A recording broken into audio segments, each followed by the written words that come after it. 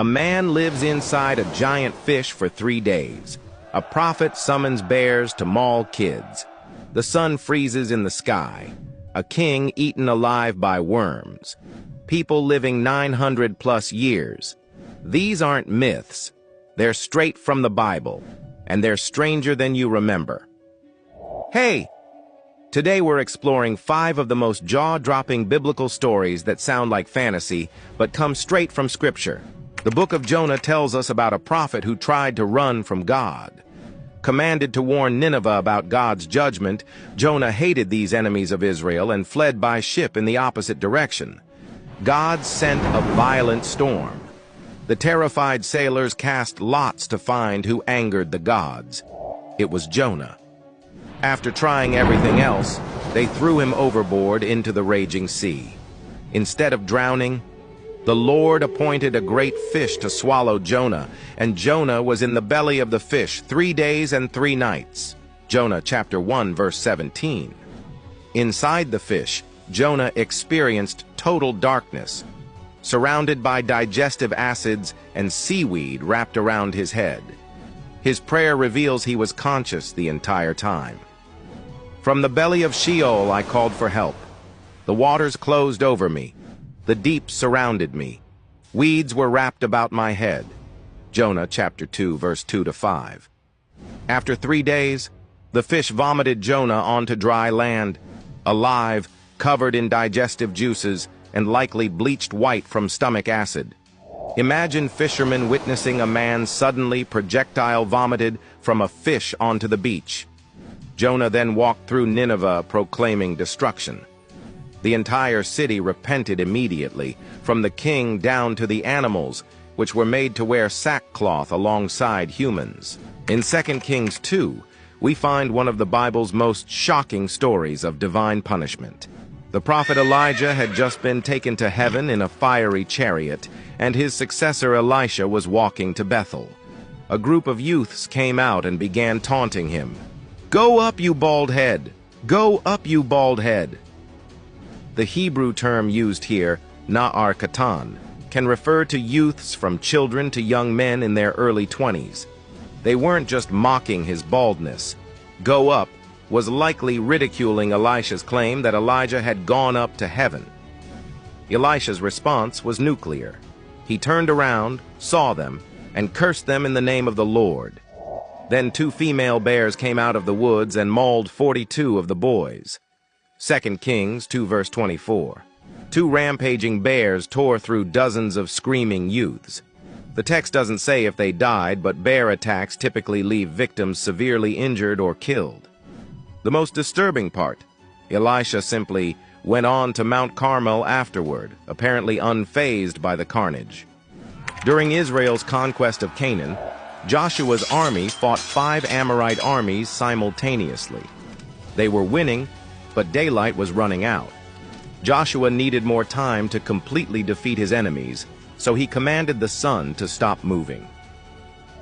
On the day the Lord gave the Amorites over to Israel, Joshua said to the Lord, "Sun, stand still over Gibeon, and moon, over the valley of Ajalon." So the sun stood still, and the moon stopped until the nation avenged itself on its enemies. The sun stopped in the middle of the sky and delayed going down about a full day. Joshua chapter 10, verse 12-14. The sun froze for approximately 24 extra hours. This means either Earth's rotation stopped, which should have caused catastrophic earthquakes and tsunamis, or light itself was manipulated to provide extended daylight. The text emphasizes how unprecedented this was. There has never been a day like it before or since, a day when the Lord listened to a human being. While Joshua's army enjoyed the extended daylight, imagine the panic worldwide as the sun appeared frozen in the sky, shattering all astronomical understanding. Acts 12 describes one of the most horrifying deaths in Scripture. King Herod Agrippa I, grandson of Herod the Great, had already executed the Apostle James and imprisoned Peter, establishing himself as an enemy of the early church. During a grand public address, Herod, wearing his royal robes, sat on his throne, and delivered a public address to the people. They shouted, "This is the voice of a god, not of a man."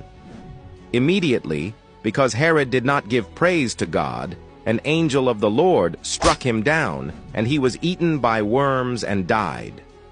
Acts chapter 12, verse 21 to 23. The Jewish historian Josephus adds that Herod was seized with violent abdominal pains so severe he had to be carried to his palace. For 5 excruciating days, his intestines were devoured by parasitic worms. Imagine the scene. A powerful king writhing in agony as his intestines were consumed from within. The smell would have been unbearable as his bowels rotted while he was still conscious. Servants would have watched helplessly as worms emerged from his body. This public, humiliating death, transformed from exalted God to worm food in minutes, served as a powerful warning. Genesis matter-of-factly records humans living for centuries as if completely normal. Adam, 930 years. Seth, 912 years. Methuselah, 969 years, the oldest human in Scripture. Noah, 950 years. Imagine living for nearly a millennium. Methuselah was born when his father Enoch was 65 and lived to see his grandson Noah build the ark. His lifespan bridged nearly 1,000 years of human history. These patriarchs would have accumulated knowledge and wisdom impossible for modern humans. A single person could have mastered dozens of languages and disciplines and witnessed multiple civilizations rise and fall. Adam could have known his great-great-great-great-great-great-great-grandchildren.